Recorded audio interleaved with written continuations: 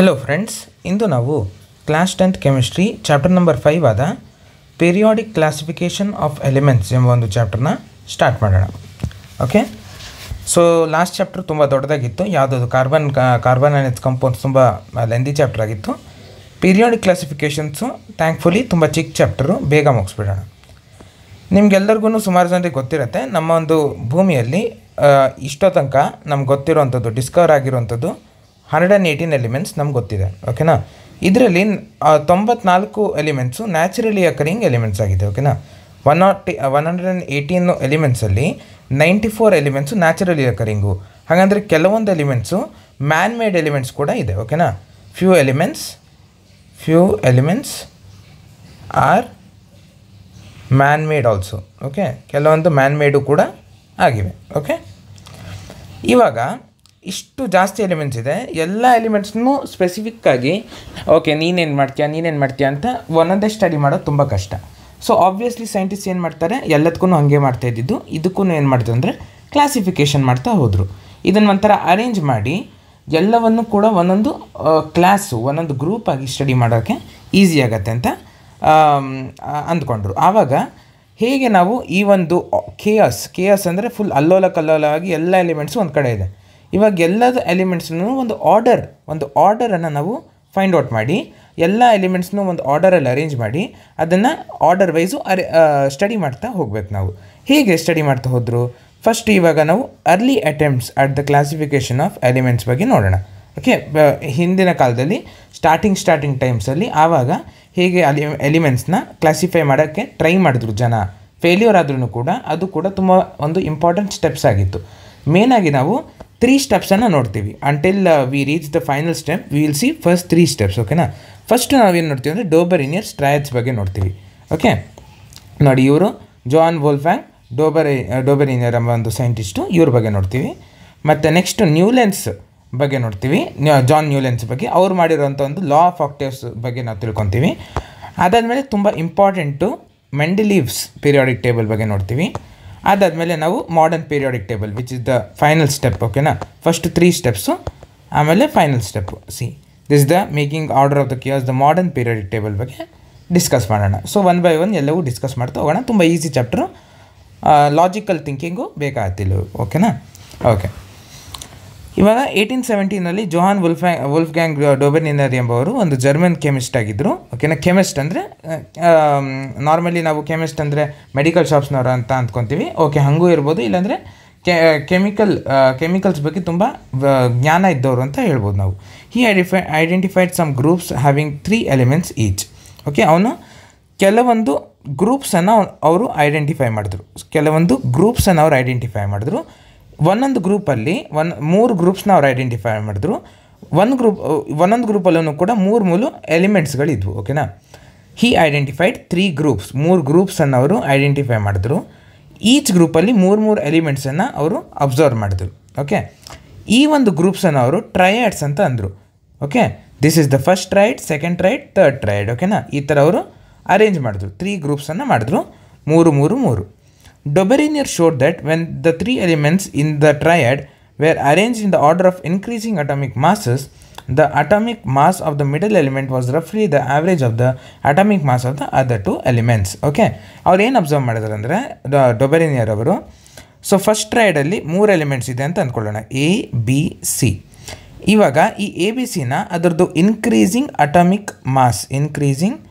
Atomic mass ಅದರ increasing ಆರ್ಡರಲ್ಲಿ arrange ಮಾಡಿದಾಗ ಈ ಮಧ್ಯದಲ್ಲಿರೋ ಒಂದು ಎಲಿಮೆಂಟದ ಅಟಾಮಿಕ್ ಮಾಸು ಇದ್ರದ್ದು ಮತ್ತು ಇದ್ರದ್ದು ಆ್ಯಾವ್ರೇಜ್ ಆಗಿರುತ್ತೆ.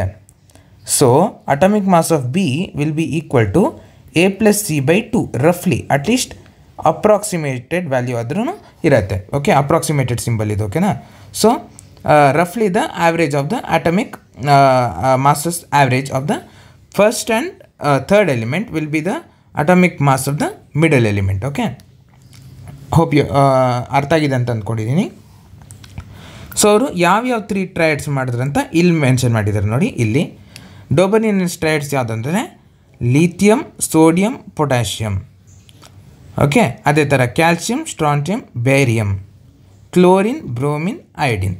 ಓಕೆ, ಇದನ್ನು ನಾವು ಹೇಗೆ ನೆನ್ಪಿಟ್ಕೊಳ್ಬೋದು ಅಂದರೆ lime naan kebab, camp in Sri Lankan base, Clark browsers internet. ಈ ಥರ ನೆನ್ಪಿಟ್ಕೊಳ್ಬೋದು. ಓಕೆ, ಇವಾಗ ಫಸ್ಟ್ ಟ್ರಯಡ್ ನೋಡಿ, ಈ ಥರ ಓದಬೇಡಿ. ಓಕೆನಾ, ಈ ಥರ ಟ್ರಯಡ್ ಅಲ್ಲ ಅದು, ಅದಕ್ಕೆ ನಾನಿಲ್ಲಿ ಮ್ಯಾನ್ಯುಯಲಿ ಲೈನ್ಸ್ ಹಾಕಿದ್ದೀನಿ ನಿಮ್ಗೆ ಈಸಿಯಾಗಿ ಅರ್ಥ ಆಗಲಿ ಅಂತ. ನೀವು ಹಾಕ್ಕೊಳ್ಳಿ ಅದೇ ಥರ. ಫಸ್ಟ್ ಟ್ರಯಡನ್ನ ಅಬ್ಸರ್ವ್ ಮಾಡಿ. ಇದರಲ್ಲಿ ಸೋಡಿಯಮ್ದು ಅಟಾಮಿಕ್ ಮಾಸು, ಲೀಥಿಯಮ್ದು ಮತ್ತು ಪೊಟ್ಯಾಷಿಯಮ್ದು ಅಟಾಮಿಕ್ ಮಾಸ್ದು ಆ್ಯಾವ್ರೇಜ್ ಆಗಿರುತ್ತೆ. ಸೊ ಸೋಡಿಯಮ್ದು atomic mass lithium plus potassium by 2 ಆಗಿರುತ್ತೆ. Same applies for other 2 triads. Okay, the atomic mass of the middle element will be the average of the atomic mass of the first and the third element. So ಇದನ್ನೇ ಅವರು observe ಮಾಡಿದ್ದು. ಇಲ್ಲಿ ಒಂದು example ಕೂಡ ಕೊಟ್ಟಿದ್ದಾರೆ. Okay, ನೋಡಿ. Okay, so ಇಲ್ಲಿ ನೋಡಿದ್ರೆ ಅವರು 3 ಗ್ರೂಪನ್ನು ಕೊಟ್ಟಿದ್ದಾರೆ. ಈ 3 ಗ್ರೂಪಲ್ಲಿ ಯಾವುದು ಡೊಬೆರಿನಿಯರ್ ಟ್ರಯಡ್ ಅಂತ ನೀವು ಐಡೆಂಟಿಫೈ ಮಾಡಬೇಕು. ಆಬ್ವಿಯಸ್ಲಿ ನಮ್ಗೆ ಗೊತ್ತಿರೋ ಹಾಗೆ ಕ್ಲಾರ್ಕ್ ಬ್ರೌಸರ್ಸ್ ಇಂಟರ್ನೆಟ್ ಇದು ಒಂದು ಟ್ರಯಡು, ವಿ ನೋ ದ್ಯಾಟ್.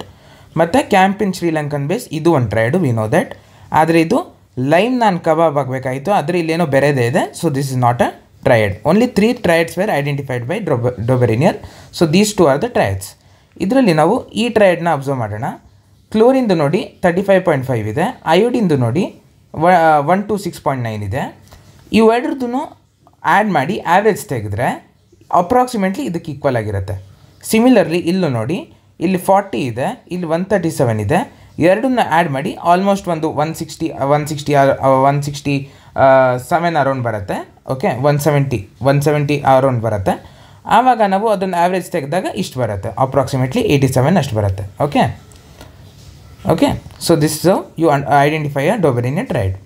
ಇವಾಗ ಇದರಲ್ಲಿ ಒಂದು ಡಿಸ್ಅಡ್ವಾಂಟೇಜ್ ಏನಂದರೆ, ಡಿಸ್ಅಡ್ವಾಂಟೇಜ್ ಇಲ್ಲಿ ಕೊಟ್ಟಿರೋದು. ಓಕೆನಾ, disadvantage of Dobereiner. Okay, disadvantage ಏನಂದರೆ Dobereiner could identify only 3 triads from the elements known at that time. Hence this system of classification was not found to be useful. ಬರೀ 3 group ಮಾಡಿದ್ದವರು, ಅದರಿಂದ ಸುಮಾರು ಎಲಿಮೆಂಟ್ಸ್ನ ಏನು study ಮಾಡೋಕ್ಕೆ use ಆಗೋ ಚಾನ್ಸೇ ಇಲ್ಲ. So ಡೊಬೆರಿನಿಯರ್ದು ಒಂದು ಐಡಿಯಾ ಫ್ಲಾಪ್ ಆಯಿತು. Okay, but still he was a very great chemist. Okay thanks to Dobereiner. Next ಇನ್ನೊಂದು ಸೈಂಟಿಸ್ಟ್ ಬಂದು ಜಾನ್ ನ್ಯೂಲ್ಯಾಂಡ್ ಎಂಬವರು. ಅವರು ಒಂದು ಇಂಗ್ಲೀಷ್ ಸೈಂಟಿಸ್ಟ್. ಓಕೆನಾ, English scientist. correlate the properties of the elements with their atomic masses. In 1866, the John Newlands, an English scientist, arranged the then known elements in the order of increasing atomic masses. ಇವಾಗ ಡೊಬೆರಿನಿಯರ್ ಅವರು ಏನು ಮಾಡಿದ್ರು ಅಂದರೆ, atomic masses ಒಂದು use ಮಾಡಿಕೊಂಡೆ ಇದನ್ನು arrange ಮಾಡಿದ್ರು ತಾನೆ. ಸೊ ಅದೇ ಥರ ನ್ಯೂಲ್ಯಾಂಡ್ ಏನು ಮಾಡಿದ್ರು ಅಂದರೆ, ಸೇಮ್ ಅವ್ರು ಮಾಡಿದಾಗ್ಲೇ ಆ ಒಂದು ಟೈಮಲ್ಲಿ ಎಷ್ಟು ಎಲಿಮೆಂಟ್ಸ್ ಗೊತ್ತಿತ್ತೋ ಅದನ್ನೆಲ್ಲ ಅಟಾಮಿಕ್ ಮಾಸಸ್ದು ಇನ್ಕ್ರೀಸಿಂಗ್ ಆರ್ಡರಲ್ಲಿ ಅರೇಂಜ್ ಮಾಡಿದ್ರು. ಓಕೆ, ಅರೇಂಜ್ ಮಾಡಿದಾಗ ಅವ್ರು ಏನು ಅಬ್ಸರ್ವ್ ಮಾಡಿದ್ರು ಅಂದರೆ, he found that every 8th element had the properties to that of the first. ಇವಾಗ ಫಾರ್ ಎಕ್ಸಾಂಪಲ್ ನಿಮ್ಮ ಒಂದು ಮ್ಯೂಸಿಕಲ್ ನೋಟ್ಸನ್ನು ತೊಗೊಳ್ಳಿ. ಸ ರಿ ಗ ಮ ಪ ದ ನಿ. ಓಕೆ, 1 2 3 4 5 6 7. 7th ಆದಮೇಲೆ 8th ನೋಟ್ ಇದೆ ತಾನೆ, ಅದು ಮತ್ತೆ ಸಾನೆ ಬರುತ್ತೆ ನೋಡಿ. ಇಲ್ಲಿ ಸಾನೆ ಇದೆ, ಇಲ್ಲೂ ಸಾನೆ ಇದೆ. ಅದೇ ಥರ ಸೋನ್ ರಿಪೀಟ್ ಆಗ್ತಾ ಹೋಗುತ್ತೆ. ಸಾರಿಗಮ ಪದನಿಸ ಅದೇ ಥರ ರಿಪೀಟ್ ಆಗ್ತಾ ಹೋಗುತ್ತೆ. So every first and the 8th element are repeated. ಅದೇ ಥರ ಅವರು ಅಟಾಮಿಕ್ ಮಾಸಸ್ ಅಕಾರ್ಡಿಂಗ್ಲಿ ಎಲಿಮೆಂಟ್ಸನ್ನು ಅರೇಂಜ್ ಮಾಡ್ತಾ ಹೋದರು. ABCD EF G H I and so on ಇದೇ ಥರ ಅರೇಂಜ್ ಮಾಡ್ತಾಯಿದ್ರು. 1st 2nd 3rd 4th 5th 6th 7th 8th 9th so on ಅದೇ ಥರ ಅರೇಂಜ್ ಮಾಡ್ತಾಯಿದ್ರು. ಇದರಲ್ಲೇ ನಾವು ಅಬ್ಸರ್ವ್ ಮಾಡಿದ್ರು ಅಂದರೆ, ಅವರು ಫಸ್ಟ್ ಎಲಿಮೆಂಟು ಮತ್ತು 8th ಎಲಿಮೆಂಟು ತುಂಬ ಸಿಮಿಲರ್ ಇತ್ತು ಪ್ರಾಪರ್ಟೀಸಲ್ಲಿ. ಅಂದರೆ ಟೋಟಲ್ ಆಗಿ ಒಂದು 6 ಗ್ಯಾಪ್ ಆದಮೇಲೆ ನೆಕ್ಸ್ಟ್ ಎಲಿಮೆಂಟು ತುಂಬ ಸಿಮಿಲರ್ ಇತ್ತು. ಸಿಮಿಲರ್ಲಿ ಬೇರೆ ಕಲರಲ್ಲಿ ಮಾರ್ಕ್ ಮಾಡಿ ತೋರಿಸ್ತೀನಿ. ಬಿ ಅಂದರೆ ಸೆಕೆಂಡ್ ಎಲಿಮೆಂಟು 9th ಎಲಿಮೆಂಟಿಗೆ ತುಂಬ ಸಿಮಿಲರ್ ಇತ್ತು. ಓಕೆ, ಸಿಮಿಲರ್ಲಿ ಸಿ ಎಲಿಮೆಂಟು ಇಲ್ಲಿ ಮುಂದೆ ಬಂದಿರುವಂಥ ಒಂದು HI J ತಾನೆ, J10 ಇದಕ್ಕೆ ಸಿಮಿಲರ್ ಇತ್ತು. Okay, this was similar to this was similar to this was similar to this. ಈ ಥರ ನಡೀತಾ ಹೋಯಿತು. ಇದನ್ನು ಅವರು ಅಬ್ಸರ್ವ್ ಮಾಡಿದ್ರು. ಆವಾಗ ಅವರು ಇದನ್ನು ನೋಟ್ಸ್ ಆಫ್ ಮ್ಯೂಸಿಕ್ ಇದಕ್ಕೆ ಅವರು ರಿಲೇಟ್ ಮಾಡಿದ್ರು. ಓಕೆ, ಮ್ಯೂಸಿಕಲ್ಲೂ ಕೂಡ ಇದೇ ಥರ ಆಗುತ್ತೆ. ಇವಾಗ ನಾವು ಸಾರೆಗಮ ಪದನಿಸ ಅಂತೀವಿ, ಅದೇ ಥರ ಅವರು ಇಲ್ಲಿ ಬರ್ತಿದ್ದಾರೆ ನೋಡಿ, ಡೋ ರೇ ಮಿ ಲಾ ಸೋ ಲಾ ಟಿ ಅಂತೇನೋ ಇದೆ, ಅವ್ರದ್ದೇ ಒಂದು ಮ್ಯೂಸಿಕಲ್ ಸ್ಟೈಲು. ಇದರಲ್ಲೂ ಕೂಡ ಅದೇ ಥರ ರಿಪೀಟ್ ಆಯಿತು ಅಂದ್ಕೊಂಡವರು ಆಕ್ಟೇವ್ಸ್ ಅಂತ ಕರೆದ್ರು. ಓಕೆ, ಆಕ್ಟೇವ್ಸ್ ಅಂತಲೇ ಕರಿತೀವಿ ನಾವು ಇದನ್ನು, notes of the music octaves ಅಂತ ಕರಿತೀವಿ. ಸೊ ಅದೇ ಥರ ಅವರು ಆಕ್ಟೇವ್ಸ್ ಅಂತ ಕರೆದ್ರು. ಇವಾಗ ನೋಡಿ, hydrogen, lithium, beryllium, boron, carbon, nitrogen, oxygen, fluorine, sodium, magnesium ಅದೇ ಥರ ರಿಪೀಟ್ ಆಗ್ತಾಯಿತ್ತು. ಇವಾಗ ಇದು ಮತ್ತು ಇದು ತುಂಬ ಸಿಮಿಲರ್ ಇತ್ತು, ಇದು ಮತ್ತು ಇದು ತುಂಬ ಸಿಮಿಲರ್ ಇತ್ತು, ಇದು ಮತ್ತು ಇದು ತುಂಬ ಸಿಮಿಲರ್ ಇತ್ತು, ಅದೇ ಥರ ಆಗ್ತಾಯಿತ್ತು. ಸೊ ಇದು ತುಂಬ ಚೆನ್ನಾಗಾಯಿತು ತಾನೆ, ತುಂಬ ಹೆಲ್ಪ್ಫುಲ್ ಆಯಿತು ತಾನೆ. ಇದು ಎಲ್ಲದಕ್ಕೂ ಹಾಗೆ ಆಗ್ತಾ ಹೋಯ್ತಾ? ಯಾಕೆ ಇವ್ರದ್ದಷ್ಟು ಅನ್ಸಕ್ಸಸ್ಫುಲ್ ಆಯಿತು? ಆಮೇಲೆ ನೋಡೋಣ. ಇಲ್ಲಿ ಫುಲ್ಲು ಅವ್ರದ್ದು ಡ್ರಾಬ್ಯಾಕ್ಸ್ ಇದೆ, ತುಂಬ important. This is very very important. Okay, very important. ನೋಡಿ, ಫಸ್ಟ್ ಡ್ರಾಬ್ಯಾಕ್ ಏನು, ಅವರೇ ಪಾಯಿಂಟ್ ವೈಸ್ ಕೊಟ್ಬಿಟ್ಟಿದ್ದಾರೆ. It was found that the law of octaves was only up to calcium, as after calcium every 8th element did not possess the property similar to the first. ಇವಾಗ ಇಲ್ಲಿ ನೋಡಿ, ಇಲ್ಲಿ calcium ಇದೆ ತಾನೆ, calcium. So here's calcium.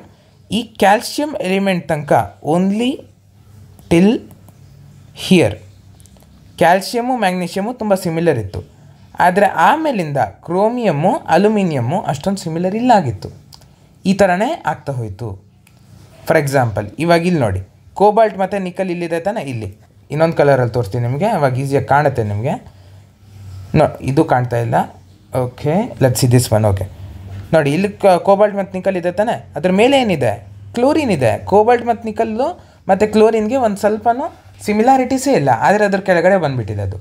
So ಇಲ್ಲದು flap ಆಯಿತು.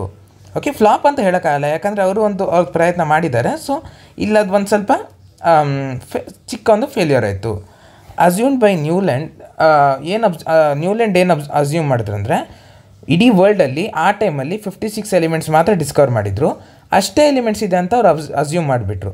ಆಮೇಲೆ ಸುಮಾರು elements ಫ್ಯೂಚರಲ್ಲಿ discover ಆಯಿತು, ಅದ್ರದ್ದು ಪ್ರಾಪರ್ಟೀಸು ಲಾ ಆಫ್ ಆಕ್ಟೇವ್ಸಲ್ಲಿ ಫಿಟ್ ಆಗಿಲ್ಲ, ಅಂದರೆ ಅದು ಹೊಂದ್ಕೊಂಡಿಲ್ಲ, ಸೇಮು ಅದ್ರದ್ದು ಲಾಸಿಗೆ ಹೊಂದ್ಕೊಂಡಿಲ್ಲ. ಓಕೆನಾ? Okay, next Newlands adjusted 2 elements in the same slot. ನೋಡಿ, ಇಲ್ಲೇ ನೋಡಿ, ಕೋಬಾಲ್ಟ್ ಮತ್ತು ನಿಕಲ್ ಏನು ಮಾಡ್ತಾ ಇದೆ, ಜೊತೆಲಿ ಕೂತ್ಕೊಂಡಿದೆ. ಇಲ್ಲಿ ಮತ್ತೊಂದು ಯಾವುದೋ 2 ಎಲಿಮೆಂಟ್ಸ್ ಜೊತೆಲಿ ಕೂತ್ಕೊಂಡಿದೆ. ಸೊ ಈ ಥರ ಮಾಡಿದ್ರು ಅವರು, ಅವ್ರದ್ದೊಂದು ಆಕ್ಟೇವ್ಸಲ್ಲಿ ಫಿಟ್ ಆಗಬೇಕು ಅಂದ್ಕೊಂಡು ಈ ಥರ ಚಿಕ್ಕ ಪುಟ್ಟ ಆಲ್ಟ್ರೇಷನ್ಸ್ ಮಾಡಿದ್ರು, ಅದು ಆಕ್ಸೆಪ್ಟೇಬಲ್ ಆಗಿಲ್ಲ. Okay okay next, cobalt and nickel are in the same slot and they are picked in the same column as fluorine, chlorine, bromine, which have very different properties then these elements. ಇದು ನಾನು already ನಿಮ್ಗೆ ಹೇಳಿದ್ದೀನಿ. Iron which resembles cobalt and nickel in the properties have been placed far away from these elements. Iron, cobalt, nickel ಎಲ್ಲ ಏನು ferromagnetic materials ತಾನೆ. ಐಯನು ಇಲ್ಲಿ ಕೂತ್ಕೊಂಡಿದೆ, cobalt ನಿಕಲ್ಲು ಇಲ್ಲಿ ಕೂತ್ಕೊಂಡಿದೆ. ನೋಡಿ ಎಷ್ಟು ದೂರ ಇದೆ, ಸೇಮ್ ಪ್ರಾಪರ್ಟಿ ಆದರೆ ಕೋಬಾಲ್ಟು ಮತ್ತು ನಿಕಲ್ಲು ಹೈಡ್ರೋಜನ್, ಫ್ಲೋರಿನ್, ಕ್ಲೋರಿನ್ದು ಗ್ರೂಪಲ್ಲಿ ಹಾಕಿದ್ದಾರೆ, ಪ್ರಾಪರ್ಟೀಸೇ ಮ್ಯಾಚ್ ಆಗಲ್ಲ. ಸೊ ಈ ಥರ ಸುಮಾರು ಎಡವಟ್ಟುಗಳಾಯಿತು. Discovery of noble gases discover ಆದಮೇಲೆ ಇಲ್ಲಿ ನೋಬಲ್ ಗ್ಯಾಸಸ್ಸು ಹಾಕೋಕ್ಕೆ ಇನ್ನೊಂದು ಸ್ಲಾಟ್ ಮಾಡಬೇಕಾಯ್ತು, ಅದೆಲ್ಲ ಸುಮಾರು ಪ್ರಾಬ್ಲಮ್ಸ್ ಆಯಿತು. ಇದರಿಂದ Newlands law of octaves completely fail ಆಗೋಯಿತು. ಓಕೆನಾ, ಫುಲ್ ಇರ್ರೆಲೆವೆಂಟ್ ಆಗೋಯಿತು. Newlands law of octaves work well only with lighter elements, very light elements, ಅಂದರೆ ಜಾಸ್ತಿ ಅಟಮಿಕ್ ಮಾಸ್ ಇರಲ್ಲ ತಾನೆ, ಅಂಥ ಎಲಿಮೆಂಟ್ಸ್ ಜೊತೆ ಮಾತ್ರ ಅದು ವರ್ಕ್ ಆಗ್ತಾಯಿತ್ತು. ಓಕೆ, ಇದು ನಾರ್ಮಲ್ ಅಟೆಂಪ್ಟ್ಸ್ ಆಯಿತು. ಇವಾಗ ತುಂಬ ಹೈ ಕ್ಲಾಸ್ ಅಟೆಂಪ್ಟ್ ಬರುತ್ತೆ. ಇವಾಗ ನೋಡಿ, ಮೆಂಡೆಲಿವ್ಸ್ ಪೀರಿಯಾಡಿಕ್ ಟೇಬಲ್. ಓಕೆ, ತುಂಬ ಇಂಪಾರ್ಟೆಂಟ್ ಇದು Mendeleev's periodic table. The main credit for classifying elements goes to Dmitri Ivanovich Mendeleev, Russian chemist. ಇವರು ರಷ್ಯನ್ ಕೆಮಿಸ್ಟು ಮೆಂಡೆಲಿವ್ ಅನ್ನೋರು. ಸೊ ಇವ್ರಿಗೆ ಕ್ರೆಡಿಟ್ ಹೋಗುತ್ತೆ. ಯಾಕಪ್ಪ, ಅವ್ರು ಏನು ಮಾಡಿದ್ರು, ಇವ್ರದ್ದು full different style of thinking ಇತ್ತು. ಓಕೆನಾ? ಓಕೆ, ನೋಡೋಣ ಏನು ಮಾಡಿದ್ರು ಅಂದರೆ, ಅವರು ಮೆಂಡೆಲಿವ್ ಅವ್ರದ್ದು ಕೆಲಸ ಸ್ಟಾರ್ಟ್ ಮಾಡಿದಾಗ 63 ಎಲಿಮೆಂಟ್ಸ್ ಗೊತ್ತಿತ್ತು. ಓಕೆ, ಫಸ್ಟ್ ಪಾಯಿಂಟು 63 ಎಲಿಮೆಂಟ್ಸ್ ಗೊತ್ತಿತ್ತು ಆ ಟೈಮಲ್ಲಿ.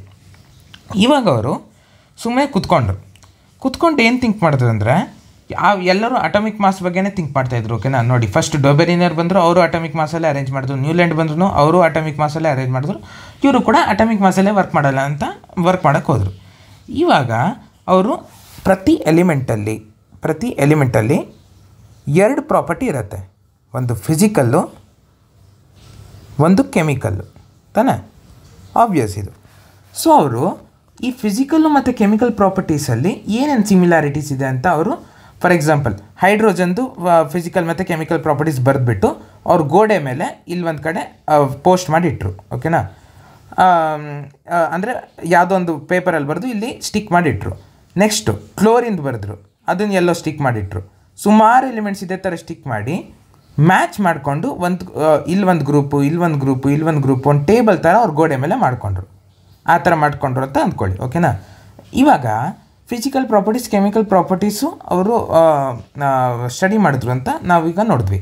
ಏನಪ್ಪ ಫಿಸಿಕಲ್ ಪ್ರಾಪರ್ಟೀಸ್ ಅಂದರೆ ಏನು? What you mean by physical property? Physical property ಅಂದರೆ basically atomic masses, similarities in atomic masses, ಅದನ್ನು ಅವರು ಚೆಕ್ ಮಾಡಿದ್ರು first.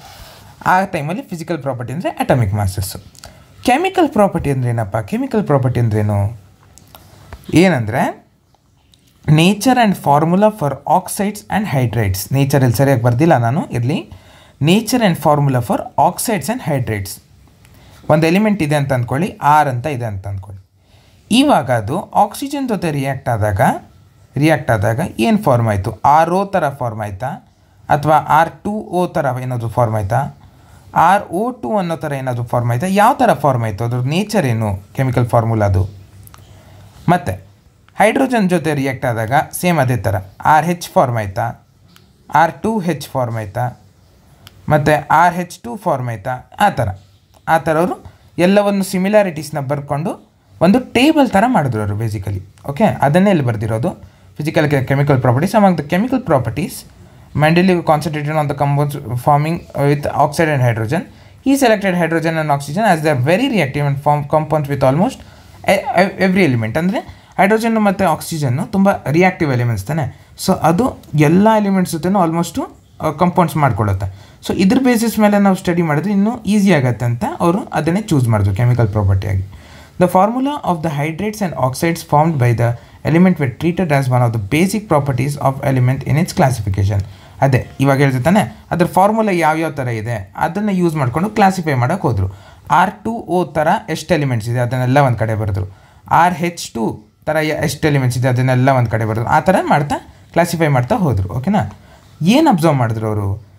Arranged in the order of increasing atomic masses. Physical property accordingly ಅವರು ಇನ್ಕ್ರೀಸಿಂಗ್ ಅಟಾಮಿಕ್ ಮಾಸಸ್ಸಲ್ಲಿ arrange ಮಾಡಿದ್ರು. Okay, it was observe that there occurs a periodic recurrence of elements with similar physical and chemical properties. Arrange ಮಾಡ್ತಾ ಹೋದಾಗ ಅವರು ಏನು observe ಮಾಡಿದ್ರು ಅಂದರೆ ಈ ಫಿಸಿಕಲ್ಲು ಮತ್ತು ಕೆಮಿಕಲ್ ಪ್ರಾಪರ್ಟೀಸು ರಿಪೀಟ್ ಆಗ್ತಾ ಇದೆ ಅಂತ ಅಬ್ಸರ್ವ್ ಮಾಡಿದ್ರು. ಓಕೆ, ಸರಿಗಮ ಪದ ನಿಸೈತು ತಾನೆ, ಅದೇ ಥರ ರಿಪೀಟ್ ಆಗ್ತಾ ಇದೆ ಒಂದು ಸರ್ಟನ್ ಸೆಟ್ ಆಫ್ ಇವೆಂಟ್ಸ್ ಆದಮೇಲೆ ಅಂತ ಅಬ್ಸರ್ವ್ ಮಾಡಿದ್ರು. ಇದಕ್ಕೆ ಅವರು ಮೆಂಡೆಲೀವ್ ಒಂದು ಪೀರಿಯಾಡಿಕ್ ಲಾನ ಸ್ಟೇಟ್ ಮಾಡಿದ್ರು. ಏನದು? ವಾಟ್ಸ್ ಮೆಂಡೆಲೀವ್ಸ್ ಪೀರಿಯಾಡಿಕ್ ಲಾ ಅಂತ ಏನಾದರೂ ಕೇಳಿಬಿಡ್ತಾರೆ. ಇದು ತುಂಬ ಇಂಪಾರ್ಟೆಂಟ್. ಆವಾಗ the properties of elements are the periodic function of the atomic masses ಅಂತ ಹೇಳಿದ್ರು ಅವರು. ಅಂದರೆ ಒಂದು ಎಲಿಮೆಂಟದ್ದು ಒಂದು ಪ್ರಾಪರ್ಟೀಸು ಪೀರಿಯಾಡಿಕ್ಕಾಗಿ ರಿಪೀಟ್ ಆಗ್ತಾ ಹೋಗುತ್ತೆ. ಪೀರಿಯಾಡಿಕ್ ಅಂದರೆ ಪದೇ ರಿಪೀಟ್ ಆಗೋದು, ಅದರದ್ದು ಅಟಾಮಿಕ್ ಮಾಸ್ ಅಕಾರ್ಡಿಂಗ್ಲಿ ರಿಪೀಟ್ ಆಗ್ತಾ ಹೋಗುತ್ತೆ ಅಂತ ಹೇಳಿದ್ರು. Vertical columns are called groups, horizontal rose are called periods. ಇವಾಗ ಮಾಡರ್ನ್ ಪೀರಿಯಾಡಿಕ್ ಟೇಬಲಲ್ಲೂ ಹೀಗೆ ವರ್ಟಿಕಲ್ ಕಾಲಮ್ಸ್ನ ಗ್ರೂಪ್ಸ್ ಅಂತ ಕರೀತಾರೆ, ಹಾರಿಜಾಂಟಲ್ ಕಾಲಮ್ಸ್ನ ರೋಸ್ನ ಪೀರಿಯಡ್ಸ್ ಅಂತ ಕರೀತಾರೆ. ಇವಾಗ periodic property of on element ಅಂದರೆ ಏನಂದರೆ ರಿಪೀಟ್ ಆಗ್ತಾ ಹೋಗೋದು. Properties after a certain interval, ಕೆಲವೊಂದು ಇಂಟರ್ವಲ್ ಆದಮೇಲೆ ಕೆಲವೊಂದು ಸೆಟ್ ಆಫ್ ಗ್ರೂಪ್ಸ್ ಆದಮೇಲೆ ಮತ್ತೆ ಎ ಥರನೇ ಏನಾದರೂ ಮತ್ತೊಂದು A' ಏನೋ ಬಂದುಬಿಡುತ್ತೆ, ಅದಕ್ಕೆ ರಿಪೀಟು. ಸೊ ಪೀರಿಯಾಡಿಸಿಟಿ ಅಂತ ಕರಿತೀವಿ ನಾವು ಅದಕ್ಕೆ. ಓಕೆ, ನೆಕ್ಸ್ಟ್ ಇವಾಗ ಅವ್ರದ್ದು ಗೋಡೆ ಮೇಲೆ ಸ್ಟಿಕ್ ಮಾಡಿ ಎಲ್ಲ ಕ್ಲಾಸಿಫೈ ಮಾಡಿ ಫುಲ್ ಹಾರ್ಡ್ ವರ್ಕ್ ಮಾಡಾದಮೇಲೆ ಅವ್ರದ್ದು ಇದು ರಿಸಲ್ಟ್ ಬಂತು, final result. This was the final result. ಇದಕ್ಕೆ ನಾವು ಮೆಂಡೆಲೀವ್ಸ್ ಪೀರಿಯಾಡಿಕ್ ಟೇಬಲ್ ಅಂತ ಫುಲ್ ಫ್ಯಾನ್ಸಿಯಾಗಿ ಕರಿತೀವಿ. ಏನಂದರೆ ಇವಾಗ ಇಲ್ಲಿ ಗ್ರೂಪ್ ಇದೆ, first group, second group, third group, fourth group, ಈ ಥರ ಗ್ರೂಪ್ಸು ವರ್ಟಿಕಲ್ ಆಗಿ ಅರೇಂಜ್ ಆಗಿ ಹೋಗಿದೆ. ಓಕೆ, ಪೀರಿಯಡ್ಸು ಫಸ್ಟ್ ಪೀರಿಯಡ್ ಇದು ಇಲ್ಲಿಂದ ಇದು ನೇಮ್ಸ್. ಓಕೆನಾ, names of the period. This is the first period, second period, third period, fourth period, fifth period, six period, ಈ ಥರ ಪೀರಿಯಡ್ಸು. ಓಕೆ, ಇವಾಗ ನೋಡಿ ಆ್ಯಸ್ ಐ ಸೆಡ್ ಆಲ್ರೆಡಿ ಇದು ಆಕ್ಸೈಡ್ ಮತ್ತು ಹೈಡ್ರೈಡದ್ದು ಜೊತೆ ಹೇಗೆ ಕಂಪೌಂಡ್ಸ್ ಮಾಡುತ್ತೆ ಅಂತ ಇಲ್ಲಿ ಬರೆದಿದ್ದಾರೆ ನೋಡಿ. R2O ಥರ ಏನೋ ಮಾಡಿದೆ, ಮತ್ತು RH ಥರ ಮಾಡುವಂಥ ಎಲಿಮೆಂಟ್ಸು ಇಲ್ಲಿದೆ. ಓಕೆ, RO ಥರ ಮತ್ತು RH2 ಥರ ಫಾರ್ಮ್ ಆಗೋ ಎಲಿಮೆಂಟ್ಸ್ ಎಲ್ಲ ಇಲ್ಲಿದೆ. ಅದೇ ಥರ ಸೋನ್. ಓಕೆ, ಇವಾಗ ಅರ್ಥ ಆಯ್ತಾ ಯಾವ ಥರ ಮಾಡಿದ್ರು ಅಂತವರು? ಇವಾಗ ಅವರು ಅರೇಂಜ್ ಮಾಡಿದಾಗ ಏನು ಅಬ್ಸರ್ವ್ ಮಾಡಿದೆ ಅಂದರೆ ಮೋಸ್ಟ್ ಆಫ್ ದ ಟೈಮ್ ಅದು ರಿಪೀಟ್ ಆಗ್ತಾಯಿದೆ ಎಕ್ಸೆಪ್ಟ್ ಹೈಡ್ರೋಜನ್ಗೆ ಸರಿ ಜಾಗ ಸಿಕ್ಕಿಲ್ಲ. ಮತ್ತು ಆಲ್ಮೋಸ್ಟ್ ಎಲ್ಲ ಕಡೆ ನೋಡಿ 6, 9, 10, 12 ಎಲ್ಲ ಇನ್ಕ್ರೀಸಿಂಗ್ ಆರ್ಡರಲ್ಲೇ ಅರೇಂಜ್ ಆಗ್ತಾ ಹೋಗ್ಬಿಟ್ಟಿದೆ ಅಂತ ಅವ್ರು ಅಬ್ಸರ್ವ್ ಮಾಡಿದ್ರು. ಸೊ ಅವ್ರೇನಂದ್ರೆ this is the final periodic table ಅಂತ ಹೇಳಿಬಿಟ್ರು. ಇವಾಗ ಇದ್ರದ್ದು ಅಚೀವ್ಮೆಂಟ್ಸ್ ಏನೇನು ಅಂತ ನೋಡೋಣ. First achievements. ಓಕೆ, ಅಚೀವ್ಮೆಂಟ್ಸ್ ನೋಡೋಣ. There way slightly this not an achievement. Okay, ಇದು ಆ್ಯಕ್ಚುಲಿ ಅಚೀವ್ಮೆಂಟ್ ಅಲ್ಲ. ಅವರು ಯಾಕೆ ಇಲ್ಲಿ ಹಾಕಿದ್ದಾರೆ ಅಂತ ನನಗೆ ಗೊತ್ತಾಗಿಲ್ಲ. ಇದು ಅಚೀವ್ಮೆಂಟ್ ಅಲ್ಲ, ಇದ್ರ ಬಗ್ಗೆ ಆಮೇಲೆ ಮಾತಾಡೋಣ. ಓಕೆನಾ? ಇಲ್ಲಿ ನೋಡಿ ಇಲ್ಲಿಂದ ಇದು ಮೇಜರ್ ಅಚೀವ್ಮೆಂಟ್. ಇದು major achievement, major. Okay, very major. Mendeleev ಎಷ್ಟು ಕಾನ್ಫಿಡೆಂಟಾಗಿ ಹೇಳಿದ್ರು ಅಂದರೆ ನನ್ನ ಪೀರಿಯಾಡಿಕ್ ಟೇಬಲ್ ಸರಿ ಇದೆ ಅಂತ ಎಷ್ಟು ಕಾನ್ಫಿಡೆಂಟಾಗಿ ಹೇಳಿದ್ರು ಅಂದರೆ ಅವ್ರದ್ದು ಪೀರಿಯಾಡಿಕ್ ಟೇಬಲಲ್ಲಿ ಕೆಲವೊಂದು ಗ್ಯಾಪ್ಸ್ ಬಿಡಬೇಕಾಯ್ತು ಅವರು. ಓಕೆನಾ? ನೋಡಿ, ಇಂಥ ಪ್ಲೇಸಸಲ್ಲಿ ಗ್ಯಾಪ್ಸ್ ಬಿಡಬೇಕಾಯ್ತು ಅವರು. ಗ್ಯಾಪ್ಸ್ ಇಲ್ಲಿ ಆ್ಯಕ್ಚುಲಿ ರಿಯಲ್ ಆಗಿ ಅವರು ಟೇಬಲ್ ಮಾಡಿದಾಗ ಇಲ್ಲಿ ಏನೂ ಇಲ್ಲ ಆಗಿತ್ತು, ಖಾಲಿ ಆಗಿತ್ತು. ಯಾವ ಥರ ಖಾಲಿ ಆಗಿತ್ತು ಅಂದರೆ ನೋಡಿ, ಈ ಥರ ಖಾಲಿ ಇತ್ತು, ಫುಲ್ ಖಾಲಿ ಇತ್ತು. ಓಕೆ, ಮತ್ತು ಮೇಲೆ ಇಲ್ಲಿತ್ತು, ಇಲ್ಲೊಂದು ಎಲಿಮೆಂಟ್ ಇತ್ತು, ಆದರೆ ಇಲ್ಲೇನೂ ಇಲ್ಲಾಗಿತ್ತು. ಓಕೆ, ಇಲ್ಲೇನೂ ಇಲ್ಲಾಗಿತ್ತು. ಯಾಕಂದರೆ ಅವ್ರ ಪೀರಿಯಾಡಿಕ್ ಟೇಬಲ್ದು ಪ್ರಾಪರ್ಟೀಸ್ ಪ್ರಕಾರ ಇಲ್ಲೇನು ಅಂದರೆ ಆಗಿರಲಿಲ್ಲ ಆ ಟೈಮಲ್ಲಿ ಅವ್ರಿಗೆ. ಆದರೆ ಅವರು ಹಾಗೇ ಸ್ಪೇಸ್ ಬಿಟ್ಬಿಟ್ರು. ಏನಂದ್ರೆ ಅವರು ನೋಡಿ, ನಂದು ಪೀರಿಯಾಡಿಕ್ ಟೇಬಲ್ 100% ಕರೆಕ್ಟ್ ಇದೆ, ನೀವೇ ಇನ್ನೂ ಸರಿಯಾಗಿ ಎಲಿಮೆಂಟ್ಸ್ನ ಡಿಸ್ಕವರ್ ಮಾಡಿಲ್ಲ. ಡಿಸ್ಕವರ್ ಮಾಡ್ತಾ ಹೋಗಿ ಇಲ್ಲೊಂದು ಎಲಿಮೆಂಟು 100% ಬರುತ್ತೆ ಅಂತ ಅವರು ಬೋಲ್ಡಾಗಿ ಹೇಳಿದ್ರು. ಫುಲ್ ಬೋಲ್ಡಾಗಿ ಇಲ್ಲೆರಡು ಮತ್ತು ಇಲ್ಲೊಂದು ಎಲಿಮೆಂಟು 3 ಎಲಿಮೆಂಟ್ಸು ಪಕ್ಕ ಡಿಸ್ಕವರ್ ಆಗುತ್ತೆ ಅಂತ ಅವರು ಹೇಳಿದ್ರು. ಓಕೆ, ಏನಂದ್ರೆ ನೋಡಿ, boldly predicted the existence of some elements that have not been discovered at that time. Mendeleev named them prefixing the Sanskrit numeral eka. ಏಕ ಅಂತ ಕರಿತಿದ್ದಾನೆ. ಏಕ ಅಂದರೆ 1, ಏಕ ಅಂತ ನಾರ್ಮಲಿ ಕರೀತಾರೆ ಅವರು. ಏಕ ಅಂದರೆ 1 to the name preceding the element in the same group. For instance, scandium, gallium, germanium discovered later have the properties similar to eka boron, eka aluminum, eka silicon. ಅವರು ಆ ಸ್ಪೇಸಸ್ಸಲ್ಲಿ ಅವರು ಏನು ಬರೆದ್ರು ಅಂದರೆ ಎಕಾ ಬೋರಾನ್ ಅಂತ ಬರೆದ್ರು. ಯಾಕಂದರೆ ಅದ್ರ ಪಕ್ಕದಲ್ಲಿ ಬೋರಾನೇ ಇತ್ತು. ಸೊ ಬೋರಾನ್ ಥರದ್ದೇ ಪ್ರಾಪರ್ಟೀಸ್ ಇರುವಂಥ ಮತ್ತೊಂದು ಎಲಿಮೆಂಟ್ ಬರುತ್ತೆ ಅಂತ ಹೇಳಿದ್ರು. ಅಲ್ಯೂಮಿನಿಯಮ್, ಓಕೆ, ಅಲ್ಯೂಮಿನಿಯಂ ಥರದ್ದೇ ಮತ್ತೊಂದು ಎಲಿಮೆಂಟ್ ಬರುತ್ತೆ ಅಂದರು. ಯಾಕೆ ಸಿಲಿಕಾನ್ ಥರದ್ದು ಮತ್ತೊಂದು ಎಲಿಮೆಂಟ್ ಬರುತ್ತೆ ಅಂತ ಬೋಲ್ಡಾಗಿ ಹೇಳಿದ್ರು. ಓಕೆ, ಗೆಸ್ ವಾಟ್, ಸುಮಾರು ವರ್ಷ ಆದಮೇಲೆ ಎಲಿಮೆಂಟ್ಸು ಡಿಸ್ಕವರ್ ಆಯಿತು. ಯಾವ್ಯಾವುದದು? Scandium, gallium, germanium. ಓಕೆ, ಅದನ್ನು ಇಲ್ಲಿ ಹಾಕಿದಾಗ ಏನಾಯಿತು ನೋಡಿ, ಸ್ಕ್ಯಾಂಡಿಯಮ್ ಜಾಗದಲ್ಲಿ ಅವರು ಏನಂದಿದ್ರು? ಎಕಾ ಬೋರಾನ್ ಅಂತ ಹೇಳಿದರು. ಗ್ಯಾಲಿಯಮ್ ಜಾಗದಲ್ಲಿ ಎಕಾ ಅಲ್ಯೂಮಿನಿಯಂ ಅಂತ ಹೇಳಿದರು. ಜರ್ಮೇನಿಯಮ್ ಜಾಗದಲ್ಲಿ ಅವರು ಎಕಾ ಸಿಲಿಕಾನ್ ಅಂತ ಹೇಳಿದರು. ಎಲ್ಲ ಪ್ರಾಪರ್ಟೀಸು ಕೂಡ ಪರ್ಫೆಕ್ಟಾಗಿ ಮ್ಯಾಚ್ ಆಯಿತು. ಓಕೆ, ಅಷ್ಟು ಬೋಲ್ಡಾಗಿ ಪರ್ಫೆಕ್ಟಾಗಿ ಹೇಳಿದರು ಅವರು. Okay, so not only this, ಇದು ಫಸ್ಟು ಅಚೀವ್ಮೆಂಟ್ ಆಯಿತು. ನೆಕ್ಸ್ಟ್ ಅಚೀವ್ಮೆಂಟ್ ಅಂದರೆ ಏನಂದರೆ ನೋಬಲ್ ಗ್ಯಾಸಸ್ ಇದೆ ತಾನೆ. ನೋಡಿ, noble gases like helium, neon and argon have been mentioned in the many contexts before this.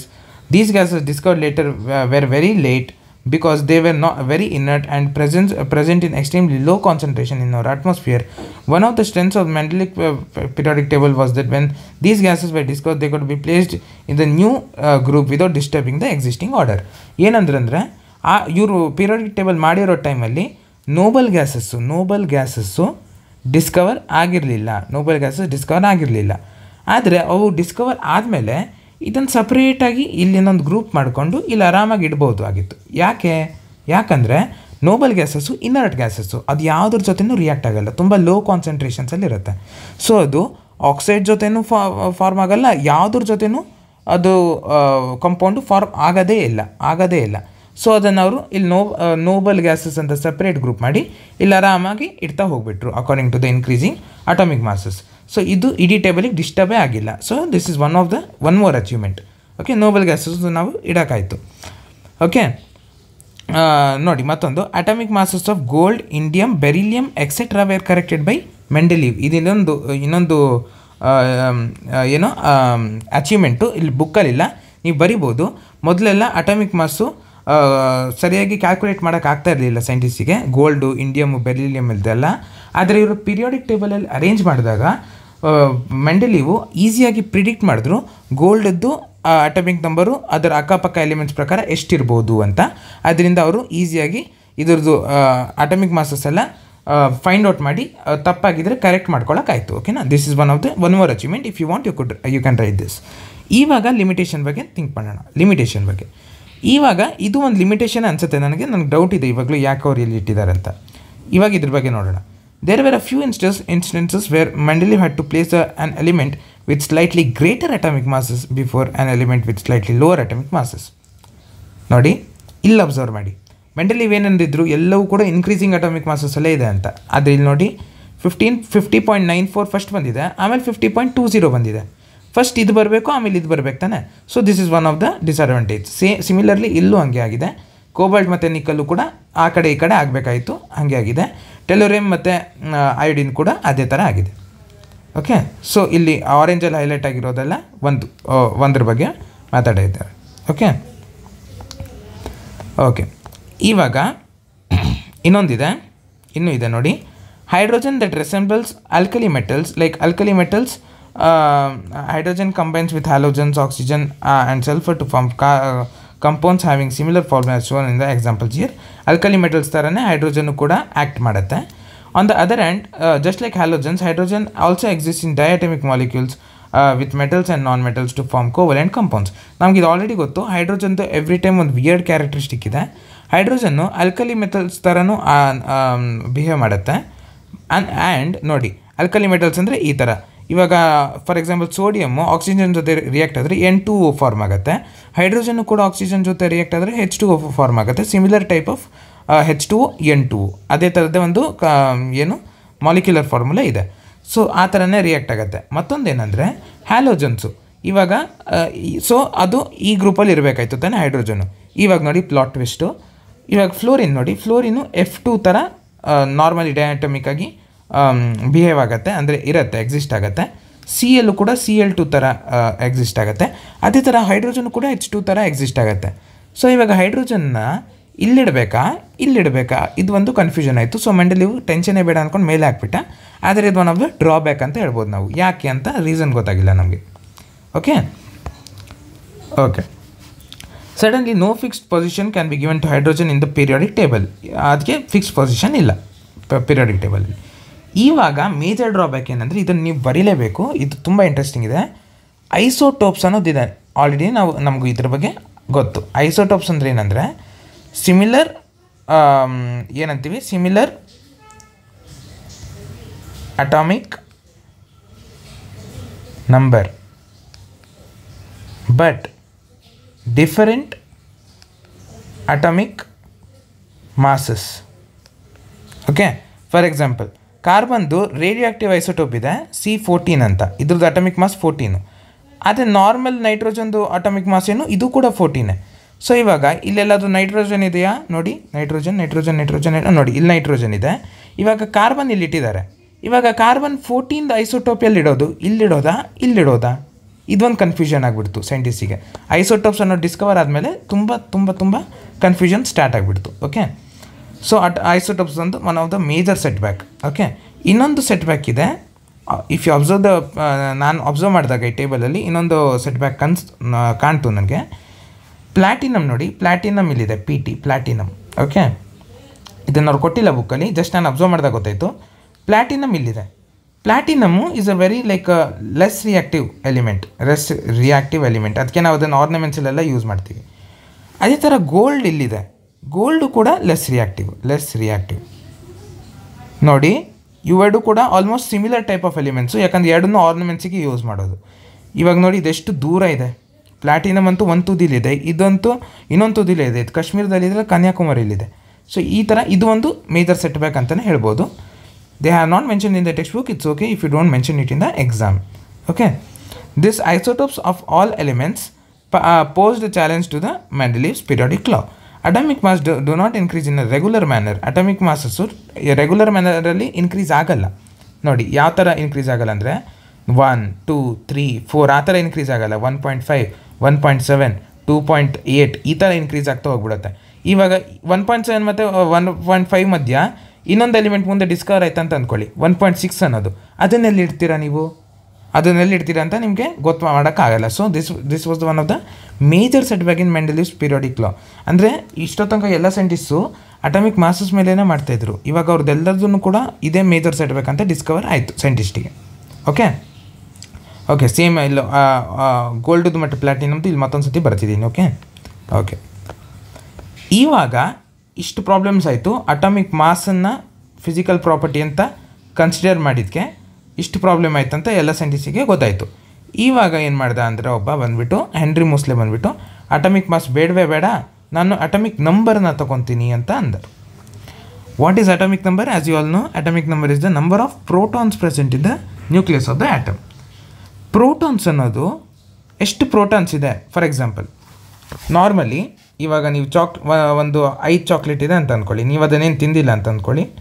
5 chocolate ಇದೆ ಅಂತ ಅಂದ್ಕೊಳ್ಳಿ. ಇವಾಗ ಚಾಕ್ಲೇಟ್ಸು 5 ಇರ್ಬೋದು, ಅಥವಾ 1 ಚಾಕ್ಲೇಟ್ ಇರ್ಬೋದು, 2 ಇರ್ಬೋದು, 3 ಇರ್ಬೋದು, 2.5 ಚಾಕ್ಲೇಟ್ ಇದೆ, ಆ ಥರ ಎಲ್ಲ ಆಗೋಕ್ಕೆ ಚಾನ್ಸಸ್ ಇಲ್ಲ.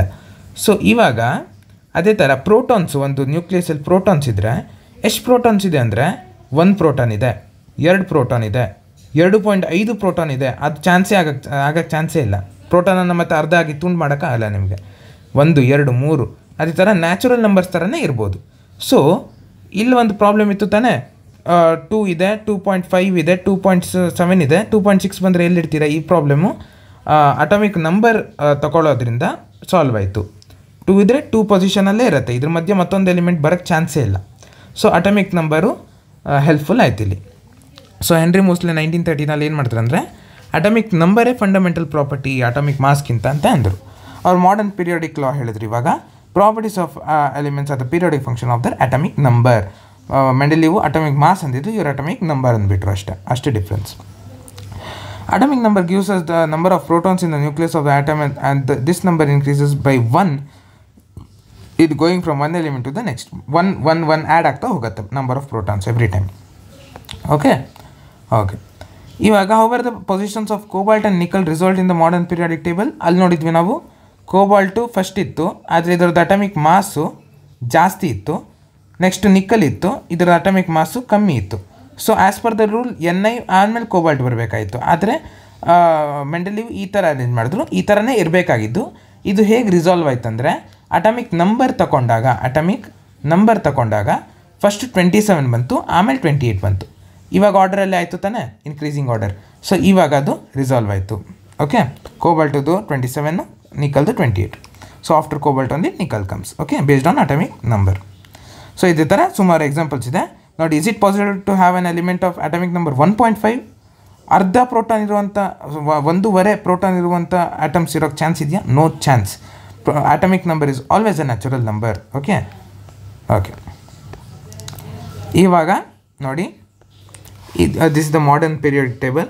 ಓಕೆ, ಮಾಡರ್ನ್ ಪೀರಿಯಾಡಿಕ್ ಟೇಬಲ್ ಇದ್ರ ಬಗ್ಗೆನೇ ಡಿಸ್ಕಸ್ ಮಾಡೋಣ ಇವಾಗ 1 by 1. Okay, position of elements in the modern periodic table. Position of elements ಹೆಂಗಿದೆ, ಹೇಗೆ ನಾವು ಮಾಡರ್ನ್ ಪೀರಿಯಾಡಿಕ್ ಟೇಬಲ್ ಮಾಡಿದ್ದೀವಿ. ಇದರಲ್ಲಿ ನಮಗೆ 18 ವರ್ಟಿಕಲ್ ಕಾಲಮ್ಸ್ ಬರುತ್ತೆ, ಅದನ್ನು ನಾವು ಗ್ರೂಪ್ಸ್ ಅಂತ ಕರಿತೀವಿ. 7 ಹಾರಿಜಾಂಟಲ್ ರೋಸ್ ಬರುತ್ತೆ, ಅದನ್ನು ಪೀರಿಯಡ್ಸ್ ಅಂತ ಕರಿತೀವಿ. ಫಸ್ಟ್ ಪಾಯಿಂಟ್, 18 ವರ್ಟಿಕಲ್ ಕಾಲಮ್ಸ್, 1 2 3 4 5 ಇದೇ ಥರ 18 ಇದೆ. 1 2 3 4 5 6 7 ಹಾರಿಜಾಂಟಲ್ ರೋಸ್ ಇದೆ. Okay, first point. Next point ಏನಂದರೆ the elements present in any one group have the same number of valence electrons. I hope you all know what's valence electrons. ಇವಾಗ ನನಗೆ ಬೇಜಾರು ಮಾಡಬೇಡಿ, ಗೊತ್ತಿಲ್ಲ ಅಂತ ಹೇಳಿಬಿಡಿ. Valence electrons as you all know, for example oxygen ಇದೆ ಅಂತ ಅಂದ್ಕೊಳ್ಳಿ, 2,6. ಇವಾಗ ಇದ್ರ ವೇಲೆನ್ಸ್ ಎಲೆಕ್ಟ್ರಾನ್ಸ್ ಏನು 6 ತಾನೇ. So this is valence electrons. So outermost ಶೆಲ್ಲಲ್ಲಿ ಎಷ್ಟು ಎಲೆಕ್ಟ್ರಾನ್ಸ್ ಇದೆ ಅದನ್ನು ನಾವು ವೇಲೆನ್ಸ್ ಎಲೆಕ್ಟ್ರಾನ್ ಅಂತ ಕರಿತೀವಿ. ಏನಂತ ಇದ್ದಾರೆ ಅಂದರೆ ಅವರು the elements present in any one group. For example ಈ ಗ್ರೂಪಲ್ಲಿರುವಂಥ ಎಲ್ಲ ಎಲಿಮೆಂಟ್ಸ್ದು ಕೂಡ ವೇಲೆನ್ಸ್ ಎಲೆಕ್ಟ್ರಾನ್ 1. ಈ ಗ್ರೂಪಲ್ಲಿರುವಂಥ ಎಲ್ಲ ಎಲೆಕ್ಟ್ರಾನ್ಸ್ದು ವೇಲೆನ್ಸ್ ಎಲೆಕ್ಟ್ರಾನ್ ಏನು 2. ಅದೇ ಥರ ಕಂಟಿನ್ಯೂ ಆಗ್ತಾ ಹೋಗುತ್ತೆ. Okay next, periodic table signify an identical outer shell configuration. On the other and the number of shells increases as we go down the group. ಇವಾಗ ಪೀರಿಯಡ್ಸಲ್ಲಿ ನೋಡಿ, ಇದು ಪ್ರತಿ ಗ್ರೂಪಲ್ಲೂ same number of valence electrons ಇದ್ದರೆ ಪ್ರತಿ ಪೀರಿಯಡಲ್ಲೂ, ಫಾರ್ ಎಕ್ಸಾಂಪಲ್ ಈ ಪೀರಿಯಡ್ ಕನ್ಸಿಡರ್ ಮಾಡಿ, ಪ್ರತಿ ಪೀರಿಯಡಲ್ಲೂ ಫಸ್ಟ್ ಪೀರಿಯಡಲ್ಲಿ 1 ಶೆಲ್ ಇದ್ದರೆ ಸೆಕೆಂಡ್ ಪೀರಿಯಡಲ್ಲಿ 2 ಶೆಲ್ ಇರುತ್ತೆ, ನೆಕ್ಸ್ಟ್ ಶೆಲ್ಲಲ್ಲಿ 3 ಶೆಲ್ ಇರುತ್ತೆ, ನೆಕ್ಸ್ಟ್ ಶೆಲ್ಲಲ್ಲಿ 4 ಶೆಲ್, 5 ಶೆಲ್, 6 ಶೆಲ್, 7 ಶೆಲ್, ಹಾಗೆ ಹೆಚ್ಚಾಗ್ತಾ ಹೋಗುತ್ತೆ. Okay okay. There is an anomaly when it comes to the position of hydrogen. Every time ಈ ಹೈಡ್ರೋಜನ್ ಒಂದು ತೊಂದರೆ ಕೊಡುತ್ತೆ. ಇವಾಗಲೂ ಆ ಒಂದು ಪ್ರಾಬ್ಲಮ್ ರಿಸಾಲ್ವ್ ಆಗಿಲ್ಲ. ಓಕೆ, ಇವಾಗಲೂ ಕೂಡ ಈ ಒಂದು ಪ್ರಾಬ್ಲಮ್ ರಿಸಾಲ್ವ್ ಆಗಿಲ್ಲ ನೋಡಿ. Because it can be placed in either first group or the 17th group in the periodic in the first period. Can you say why? ನೋಡಿ, ಫಸ್ಟ್ ಗ್ರೂಪಲ್ಲಿ ಅದನ್ನು ಇಡ್ಬೋದು, 17th ಗ್ರೂಪಲ್ಲಿ ಅದನ್ನು ಇಡ್ಬೋದು. ಯಾಕೆ ಅಂತ ನಾವು ಆಲ್ರೆಡಿ ಮೆಂಡೆಲಿವಲ್ಲೇ ಅರ್ಥ ಮಾಡ್ಕೊಂಡಿದ್ದೀವಿ. ಫಸ್ಟ್ ಗ್ರೂಪಲ್ಲಿ ಯಾಕೆ ಇಡ್ಬೋದು ಅಂದರೆ ಎಲ್ಲ ಆಲ್ಕಲಿ ಮೆಟಲ್ಸ್ ಇದೆ. ಆಲ್ಕಲಿ ಮೆಟಲ್ಸ್ ಥರನೇ ಅದು ಕೂಡ H2O, ಓಕೆ, N2O, Na2O ಆ ಥರನೇ ಆಕ್ಸೈಡ್ಸು ಫಾರ್ಮ್ ಮಾಡುತ್ತೆ, ಹೈಡ್ರೇಟ್ಸು ಕೂಡ. ಆದರೆ 17th ಗ್ರೂಪಲ್ಲಿ ಯಾಕೆ ಇಡ್ಬೋದು ಅಂದರೆ ನಾವು ಅದು ಕೂಡ ಡೈ ಆಟಮಿಕ್ ಥರನೇ ಇದೆ, H2, F2, Cl2 ಅದೇ ಥರ ಡೈ ಆಟಮಿಕ್ ಥರ ಇದೆ. ಸೊ ಅದಕ್ಕೆ ನಾವು ಅದನ್ನು ಏನಂತೀವಿ, ಅನಾಮಲಿ ಅಂತ ಹೇಳ್ಬೋದು. ಇದನ್ನು ಫಸ್ಟ್ ಗ್ರೂಪಲ್ಲಿ ಅದನ್ನು ಇಡ್ಬೋದು, ಸೆಕೆಂಡ್ ಗ್ರೂಪಲ್ಲಿ ಅದನ್ನು ಇಡ್ಬೋದು. ಸೊ ಸೈಂಟಿಸ್ಟ್ ಏನು ಮಾಡಿದ್ರು ಅಂದರೆ ನಾರ್ಮಲಿ ಫಸ್ಟ್ ಗ್ರೂಪಲ್ಲಿ ಇಟ್ಬಿಟ್ರು. Because hydrogen can be both place in first and 17th group, but according to the number of valence electrons, ಇಷ್ಟು ವೇಲೆನ್ಸ್ ಎಲೆಕ್ಟ್ರಾನ್ಸ್ ಇದೆ ಅದರಲ್ಲಿ, 1 ವೇಲೆನ್ಸ್ ಎಲೆಕ್ಟ್ರಾನ್ ಅಂತಾನೆ, ಅದರದ್ದು ಆಧಾರದ ಮೇಲೆ ಅವರು ಫಸ್ಟ್ ಗ್ರೂಪಲ್ಲೇ ಔಟರ್ ಮೋಸ್ಟ್ ಶೆಲ್ಲಲ್ಲಿ ಸೊ ಫಸ್ಟ್ ಗ್ರೂಪಲ್ಲಿ ಇಟ್ಬಿಟ್ರು. ಅವರು ಫಸ್ಟ್ ಗ್ರೂಪಲ್ಲೆಲ್ಲ ವೇಲೆನ್ಸ್ ಎಲೆಕ್ಟ್ರಾನ್ಸ್ 1 ತಾನೆ, ಸೊ ಅಲ್ಲೇ ಇಟ್ಬಿಟ್ರು. Okay okay. Next, elements of the second period do not have the same number of valence electrons but contain the same number of shells. ಪೀರಿಯಡ್ಸಲ್ಲಿ same number of shells ಇರುತ್ತೆ, ಗ್ರೂಪಲ್ಲಿ same number of valence electrons ಇರುತ್ತೆ. ಇದನ್ನು ನೀವು ತಲೆಯಲ್ಲಿ print ಹೊಡ್ಕೊಂಡು ಇಟ್ಕೊಂಡ್ಬಿಡಿ. Okay okay. Atoms of different elements with same number of occupied shells are placed in the same period. Same number of shells ಇದ್ದರೆ same ಪೀರಿಯಡಲ್ಲಿ ಇರುತ್ತೆ, same number of valence electrons ಇದ್ದರೆ ಸೇಮ್ ಗ್ರೂಪಲ್ಲಿರುತ್ತೆ. ಓಕೆ, ಇವಾಗ how many elements are there in first, second and third and fourth periods ಅಂತ ಕೇಳಿದರೆ ನೀವು ಏನಂತೀರಾ? ಫಸ್ಟ್ ಪೀರಿಯಡಲ್ಲಿ 2 ಎಲಿಮೆಂಟ್ಸ್ ಇದೆ, ಸೆಕೆಂಡ್ ಪೀರಿಯಡಲ್ಲಿ 8 ಎಲಿಮೆಂಟ್ಸ್ ಇದೆ, ಥರ್ಡ್ ಪೀರಿಯಡಲ್ಲಿ 8 ಇದೆ, ನೆಕ್ಸ್ಟಲ್ಲಿ 18, 32. ಇವಾಗ ನೀವು ಹೇಳ್ತೀರಾ ಡೌಟ್ ಸರ್, ಡೌಟ್. ನೋಡಿ, ಏನು ಡೌಟ್ ಹೇಳ್ತೀರಾ ಅಂದರೆ ನೀವು ನಿಮ್ಮ ಫೋನ್ನ ಟಿಲ್ಟ್ ಮಾಡ್ಕೊಳ್ಳಿ. ಓಕೆನಾ? ಇವಾಗ ಇಲ್ಲಿ 18 ಇದೆ ಅಂತ ಅಂತೀರಾ ನೀವು. 1 2 3 4 5 6 7 8 9 10 11 12 13 14 15 16 17 18 ಅಷ್ಟೇ ಕೆಳಗಡೆನೂ ಇದೆ ತಾನೆ ಸರ್? ಅಷ್ಟೇ ಕೆಳಗಡೆನೂ ಇದೆ ತಾನೆ ಸರ್? ಸೇಮ್ ನಂಬರೇ ಇದೆ ತಾನೆ ಸರ್? ಯಾಕೆ ಸರ್ ಇಲ್ಲಿ 18 ಇದೆ, ಇಲ್ಲಿ 32 ಇದೆ ಅಂತ ಬರಿತಾ ಇದ್ದೀರಾ? ಅದೇ ಥರ ಇಲ್ಲೂ ಕೂಡ 32 ಇದೆ ಅಂತ ಹೇಳ್ತಾ ಇದ್ರಿ, ಯಾಕೆ? If you observe this properly, ಇಲ್ಲಿ ಎಲ್ಲೇ ಲ್ಯಾಂಥೆನಮ್ ಅಂತ ಇದೆ ನೋಡಿ. ಲ್ಯಾಂಥೆನಮಲ್ಲಿ ಒಂದು ಸ್ಟಾರ್ ಇದೆ, ಚಿಕ್ಕೊಂದು ಸ್ಟಾರ್ ಇದೆ. ಆ ಸ್ಟಾರಲ್ಲಿ ಎಷ್ಟು ಎಲಿಮೆಂಟ್ಸ್ ಬರುತ್ತಂದರೆ ಕೆಳಗಡೆ ನೋಡಿ, ಲ್ಯಾಂಥೆನಾಯ್ಡ್ಸ್ ಅಂತ ಇದೆ ತಾನೆ, 1 2 3 4 5 6 7 8 9 10 11 12 13 14 ಎಲಿಮೆಂಟ್ಸು ಈ ಒಂದು ಸ್ಲಾಟಲ್ಲೇ ಫಿಕ್ಸ್ ಮಾಡಿಬಿಟ್ಟಿದ್ದಾರೆ, ಒಳಗಡೆ ಹಾಕಿಬಿಟ್ಟಿದ್ದಾರೆ. ಲ್ಯಾಂಥೆನಮ್ಮಲ್ಲೇ 14 ಎಲಿಮೆಂಟ್ಸು ಇನ್ಕ್ಲೂಡಿಂಗ್ ಲ್ಯಾಂಥೆನಮ್ ಬಂದುಬಿಡುತ್ತೆ. ಟೋಟಲ್ 15 ಎಲಿಮೆಂಟ್ಸ್ ಇಲ್ಲೇ ಇದೆ. Okay, so 15 plus remaining 17 elements, total 32 elements ಇಲ್ಲಿದೆ. ಸೊ ನಿಮ್ಗೆ ಅನ್ಸ್ಬೋದು ಯಾಕೆ ಸರ್ ಇವಾಗ ಮತ್ತೆ ಅದು ಕೋಬಾಲ್ಟು ಮತ್ತು ನಿಕ್ಕಲ್ಲು ಸೇಮ್ ಸ್ಲಾಟಲ್ಲಿ ಹಾಕಿದ್ರು, ಅದೇ ಥರದ್ದೇ ಇಲ್ಲೂ 15 ಎಲಿಮೆಂಟ್ಸು ಸೇಮ್ ಸ್ಲಾಟಲ್ಲಿ ಹಾಕಿಬಿಟ್ರು, ಇದು ಒಂದು ಡ್ರಾಬ್ಯಾಕ್ ಆಗಬೇಕು ತಾನೆ? ಹೌದು, ವಿಲ್ ಡಿಸ್ಕಸ್ ಅಬೌಟ್ ದಿಸ್. ಇದ್ರ ಮೀನಿಂಗ್ ಏನಂದರೆ, ಎಲ್ಲ ಲ್ಯಾಂಥೆನಾಯ್ಡ್ಸ್ ಇದೆ ತಾನೆ, ಲ್ಯಾಂಥೆನಾಯ್ಡ್ಸ್ ಇದೆ ತಾನೆ, ಅದು ಎಲ್ಲದ್ರೂ ಕೂಡ same shell, same number of shells ಇದೆ, ಮತ್ತು ಸೇಮ್ ವೇಲೆನ್ಸ್ ಎಲೆಕ್ಟ್ರಾನ್ಸ್ ಇದೆ, 3 ಸೇಮ್ ವೇಲೆನ್ಸ್ ಎಲೆಕ್ಟ್ರಾನ್ಸ್. ಓಕೆ, ಅದೇ ಥರ ಆ್ಯಕ್ಟೆನಲಮ್ ಅನ್ನೋ ಒಂದು ಎಲಿಮೆಂಟ್ ಇದೆ, ಅದ್ರದ್ದು ಆ್ಯಕ್ಟಿನಾಯ್ಡ್ಸ್ ಇದೆ ಕೆಳಗಡೆ, ಅದ್ರದ್ದು ಕೂಡ 15 ಎಲಿಮೆಂಟ್ಸ್ ಇದೆ. Same procedure. Okay, hope you understood. Next ನೋಡೋಣ. ಸೊ 32 ಯಾಕೆ ಬಂತಂತ ಅರ್ಥ ಆಯಿತು ತಾನೆ? ಇಲ್ಲೇ ನಾನು ನಿಮ್ಗೆ ಲ್ಯಾಂಥೆನಮ್ ಮತ್ತು ಆ್ಯಕ್ಟೆನಮ್ ಬಗ್ಗೆ ಹೇಳಿಬಿಟ್ಟಿದ್ದೀನಿ, ಲ್ಯಾಂಥೆನಾಯ್ಡ್ಸ್ ಮತ್ತು ಆ್ಯಕ್ಟಿನಾಯ್ಡ್ಸ್ ಬಗ್ಗೆ. The position of an element in the periodic table tells about its chemical reactivity. The valence electrons determine the kind and number of bonds formed by the element. Valence electrons 4ಕ್ಕಿಂತ ಕಮ್ಮಿ ಇದ್ದರೆ ಅದು ಎಲೆಕ್ಟ್ರಾನ್ಸ್ನ ಡೊನೇಟ್ ಮಾಡುತ್ತೆ, ಹೆಚ್ಚಿದ್ರೆ accept ಮಾಡುತ್ತೆ. ಇದರಿಂದ ಅದು electro negative electro positive ಅಂತೆಲ್ಲ ನಮಗೆ ಎಲ್ಲವೂ ಗೊತ್ತಾಗುತ್ತೆ. ಅದು ಕೆಮಿಕಲ್ ರಿಯಾಕ್ಷನಲ್ಲಿ ಎಲೆಕ್ಟ್ರಾನ್ ತೊಗೊಳುತ್ತಾ ಬಿಡುತ್ತಾ ಎಲ್ಲ ನಮಗೆ ಅರ್ಥ ಆಗುತ್ತೆ. ಸೊ ಪೀರಿಯಾಡಿಕ್ ಕ್ಲಾಸಿಫಿಕೇಷನ್ ಯಾಕೆ ಇಂಪಾರ್ಟೆಂಟ್ ಅಂತ ನಿಮ್ಗೆ ಇವಾಗ ಗೊತ್ತಾಯಿತು. ಇವಾಗ ಮಾಡರ್ನ್ ಪೀರಿಯಾಡಿಕ್ ಟೇಬಲಲ್ಲಿ ಸುಮಾರು ಅಬ್ಸರ್ವೇಷನ್ಸ್ ಮಾಡ್ಬೋದು ನಾವು. ಏನೇನಪ್ಪ ಅಬ್ಸರ್ವೇಷನ್ಸು? ಅದು ಆ ಅಬ್ಸರ್ವೇಷನ್ಸ್ಗೆ ನಾವು ಟ್ರೆಂಡ್ಸ್ ಅಂತ ಕರೆದೀವಿ. Trends, okay, trends. First trend ಏನಪ್ಪ? Valency. As you all know already, ನಮ್ಗೆ ಇದು ಗೊತ್ತು ನಮಗಿದು. The valency of an element is determined by the number of valence electrons present in the outermost shell of the atom. ಹೇಗೆ ನಮಗೆ ಎಷ್ಟು valence electron ಇದೆ ಅಂತ ಗೊತ್ತಾಗುತ್ತೆ? ಅದರದ್ದು ಗ್ರೂಪ್ ನಂಬರಿಂದ ಗೊತ್ತಾಗುತ್ತೆ. ಓಕೆ, ನಾವೇನು ಅಬ್ಸರ್ವ್ ಮಾಡ್ಬೋದು ಅಂದರೆ ವೇಲೆನ್ಸ್ ಎಲೆಕ್ಟ್ರಾನ್ಸೇ ಬೇರೆ, ವೇಲೆನ್ಸಿನೇ ಬೇರೆ. ವೇಲೆನ್ಸ್ ಎಲೆಕ್ಟ್ರಾನ್ಸ್ ಅಂದರೆ ಔಟರ್ಮೋಸ್ಟ್ ಶೆಲ್ಲಲ್ಲಿ ಎಷ್ಟು ಎಲೆಕ್ಟ್ರಾನ್ಸ್ ಇದೆ. ವೇಲೆನ್ಸಿ ಅಂದರೆ ಏನಂದರೆ ಅದರದ್ದು ಕ್ಲೋಸೆಸ್ಟ್ ನೋಬಲ್ ಗ್ಯಾಸ್ ಕಾನ್ಫಿಗರೇಷನಿಗೆ ಹೋಗೋಕ್ಕೆ ಅದು ಎಷ್ಟು ಎಲೆಕ್ಟ್ರಾನ್ಸ್ ಕೊಡ್ತು ಅಥವಾ ಡೊನೇಟ್ ಮಾಡ್ತು, ಆರ್ ಎಷ್ಟು ಎಲೆಕ್ಟ್ರಾನ್ಸ್ನ ಎಕ್ಸೆಪ್ಟ್ ಮಾಡ್ತು, ಇದಕ್ಕೆ ವೇಲೆನ್ಸಿ ಅಂತ ಕರೀತಾರೆ. ಸೊ ವೇಲೆನ್ಸಿ ಹೇಗೆ ಮೇಲೆ ಕೆಳಗಡೆ ಆಗತ್ತೆ? ಹೇಗೆ ಮೇಲೆ ಕೆಳಗಡೆ ಆಗತ್ತೆ? ಫಸ್ಟು +1 ಇದೆ ಅಂದರೆ ಡೊನೇಟ್ ಮಾಡ್ತು, +2 ಇದೆ, ಅದೇ ಥರ ಹೆಚ್ಚಾಗ್ತಾ ಹೋಯಿತು, ಹೋಗ್ತಾ ಹೋಗ್ತಾ ಮತ್ತೆ ಮೈನಸ್ ಆಗ್ತಾ ಹೋಯಿತು, -1 -2 0, ವಾಪಸ್ 0ಗೆ ಬಂತು. 0 ಅಂದ್ರೇನು? ವೇಲೆನ್ಸಿ ಅಂದರೆ ತೊಗೊಳ್ಳೋದು ಇಲ್ಲ, ಕೊಡೋದು ಇಲ್ಲ, noble gas configuration. So this is about valency.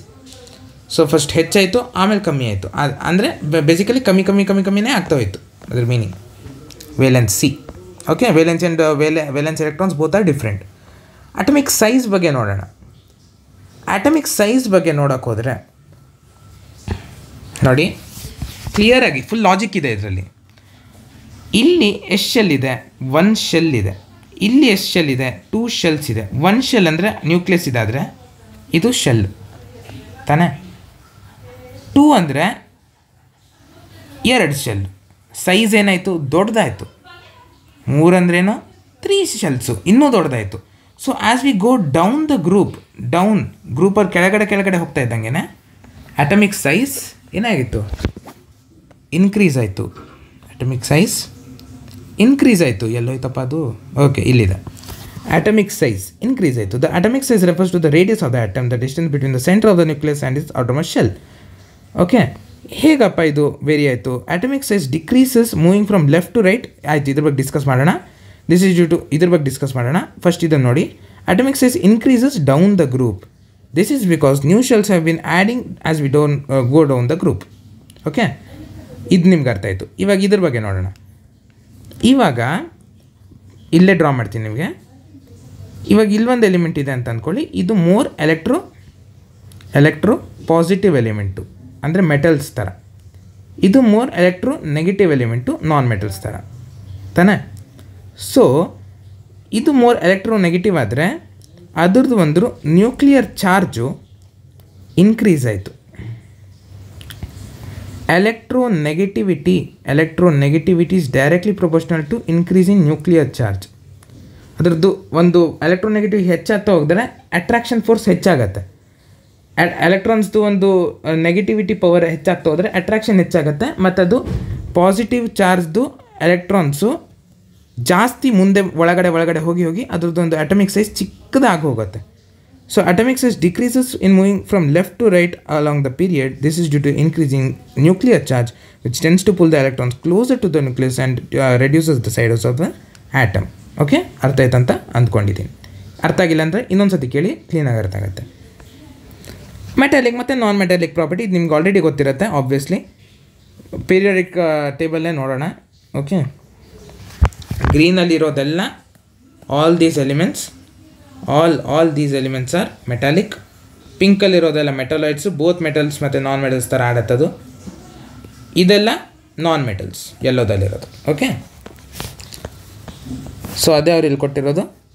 In the middle we have silicon, which is classified as a semi-metal or a metalloid because it exhibits some properties as both non-metals and metals. So border line elements ಯಾವ್ಯಾವುದು ಅಂದರೆ metalloids ಯಾವ್ಯಾವುದು zigzag ಲೈನಲ್ಲಿದೆ ತಾನೇ. ಯಾವ್ಯಾವುದು? Boron, silicon, germanium, arsenic, antimony, tellurium and polonium. ಇದೇ ನೀವು ಯಾವುದಾದ್ರು ಒಂದು ನಿಮೋನಿಕ್ ಥರ ಇಟ್ಕೊಂಡು ನೆನಪಿಟ್ಕೊಳ್ಳಿ. ಇಂಪಾರ್ಟೆಂಟ್ ಅಂತ ಇಲ್ಲಿ ಬರ್ದಿದ್ದೀನಿ, ಅಷ್ಟೊಂದೇನು ಇಂಪಾರ್ಟೆಂಟ್ ಅಲ್ಲ. If you know this it's good. Okay, metals are electropositive in nature. As the effective nuclear charge acting on the valence electrons increases across the period, the tendency to lose an electron will decrease down the group. The effective nuclear charge experienced by the valence electrons is decreasing because the outermost electrons are farther away from the nucleus. ಅದೇ ಕೊಟ್ಟಿರೋದಿಲ್ಲಿ electronegativity basically ಇಷ್ಟೇ ಇದು ಮಂತ್ರ. Electronegativity increase ಆದರೆ nuclear charge increase ಆಗುತ್ತೆ. Electronegativity decrease ಆದರೆ nuclear charge decrease ಆಗುತ್ತೆ. Electronegativity increase ಆದರೆ more ನಾನ್ metallic. Electronegativity decrease ಆದರೆ ಮೋರ್ ಮೆಟಾಲಿಕ್. ಇಷ್ಟೇ ಮಂತ್ರ, ಮತ್ತು ಇಲ್ಲಿ ಏನೂ ಓದಕ್ಕೆ ಹೋಗ್ಬೇಡಿ, ಇಷ್ಟೇ ಮಂತ್ರ ಬರ್ಕೊಂಡ್ಬಿಡಿ, ತಲೆಯಲ್ಲಿ ಇಟ್ಕೊಂಡ್ಬಿಡಿ. Non metals on the other hand are electronegative. They tend to form bonds by gaining electrons. ಇದ್ರ ಬಗ್ಗೆ ಎಲ್ಲ ನಿಮ್ಗೆ ಆಲ್ರೆಡಿ ಐಡಿಯಾ ಇದೆ. ಕಾರ್ಬನ್ ಆ್ಯಂಡ್ ಕಂಪೌಂಡ್ಸ್ ನೋಡಿ, ನಿಮ್ಗೆ ಆವಾಗ ಅರ್ಥ ಆಗುತ್ತೆ. Non-metals are found in the right hand side of the periodic table towards the top. Okay, non metals ಎಲ್ಲ ಮೇಲೆ ರೈಟ್ ಹ್ಯಾಂಡ್ ಸೈಡಲ್ಲಿ ಪೀರಿಯಾಡಿಕ್ ಟೇಬಲಲ್ಲಿ ಸಿಗುತ್ತೆ ನಮಗೆ. ಅದು ಯೆಲ್ಲೋ ಕಲರಲ್ಲಿ ಇತ್ತು ತಾನೆ ಅದು. Oxides of metals are generally basic and that of non metals are generally acidic. ಇದ್ರ ಬಗ್ಗೆ ನಾವು ಮೆಟಲ್ಸ್ ಆ್ಯಂಡ್ ನಾನ್ ಮೆಟಲ್ಸಲ್ಲಿ ಡಿಸ್ಕಸ್ ಮಾಡಿದ್ದೀವಿ. ಇದ್ರ ಜೊತೆ ನಮ್ಮ ಇಡೀ ಒಂದು ಚಾಪ್ಟರ್ ಮುಗಿದೋಯ್ತು. Within we can say 50 minutes we have completed this whole chapter. Imagine, carbon ಕಂಪೌಂಡ್ಸಿಗೆ ಏನು 5 lectures ಬೇಕಾಯಿತು, ಇದು ಬರೀ ಒಂದು 50 minutesಲ್ಲಿ ಕಂಪ್ಲೀಟ್ ಮಾಡಿದ್ದೀವಿ. Simple chapter. ಇನ್ನೊಂದು ಸತಿ ರಿವೈಸ್ ಮಾಡ್ತಾ ಹೋಗಿ. ಇನ್ನೊಂದು ಸತಿ ಇದೇ ವಿಡಿಯೋನ 2x ಸ್ಪೀಡಲ್ಲಿ ಯಾವಾಗಾದರೂ ರಿವೈಸ್ ಮಾಡ್ತಿರ್ತಾನೆ, ಆಗ 2x ಸ್ಪೀಡಲ್ಲಿ ನೋಡ್ತಾ ಹೋಗಿ, ಈಸಿಯಾಗಿ ಹೆಲ್ಪ್ ಆಗುತ್ತೆ. Thanks for watching.